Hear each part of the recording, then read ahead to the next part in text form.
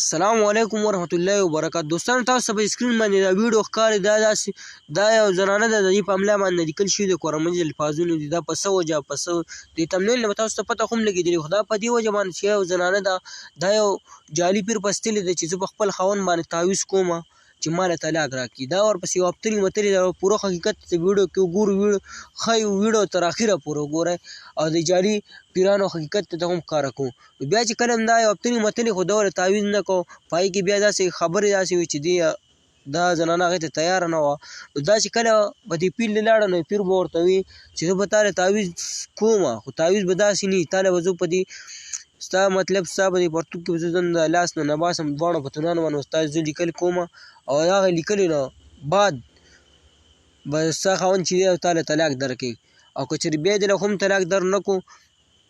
نو ستا د املا کوم پکچر تاسو ښکاري تصویر دغه لیکلي ویل کړي، ستا نه به زه کمیس لکه مطلب وباسم په املا باندې به زه تا لیکل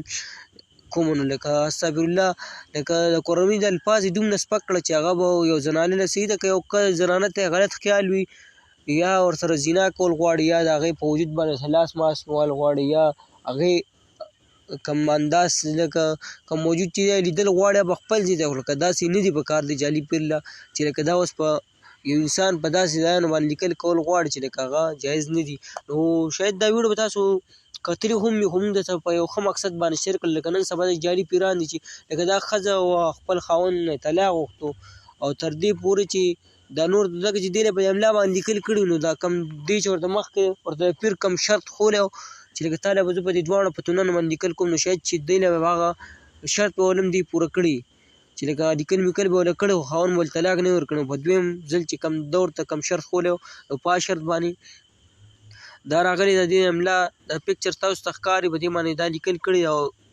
دا د کورمنجي الفاظ چې کم دي لکه استغفرالله دی دې له په املا باندې لیکلي دي. نو د داسې جعلي پیرانو نه ځان وساتئ، خپل چې کوم د کور زنانه وي تور سرې وي هغوی ستاسو څه پته لګي یا تعویضګرو پسې یا دغه هغوی ډېر زیات خیال ساتئ چې لکه داسې جعلي پیرانو نه ځان وساتي. نن سبا جعلي پیر چې دی یو د پیسې دپاره کار کوي، دویم د پردي عزت د لوټ کولو لپاره کار کوي. نو لکه دا ویډیو به تاسو ته مونږ پلی کوو په دې وجه نه ځکه چې د فیسبوک کمونټي سټیټ چې کوم ټیم چې دی د هغې خلاف دی، نو په دې وجه ته شو کوو نه ځکه چې هغوی مني نه. او نور د ویډیو نه تاسو زمونږ دا خبرې اورېدلې وي، نو په ښه نیت باندې مونږ تاسو ته دا کړه چې خیال کوئ داسې جعلي پیرانو نه ځان وساتئ. او په سوشل ورکر باندې تاسو به ټول لیدئ لکه هر یو کس نه یو جعلي پیر رانیسي بل رانیسي، لکه دوی په خپلو کې صلاح کړې وي د لږو پیسو دپاره. یو دغه کې لکه نن سبا که وګورئ نو وایرل ویډیوګانې د پښتو ډرامو چې کومې جینکۍ دي هغوی لګیا دي او د یو کیمرامین نه ویډیو پیسې اخلي بل نه اخلي، بس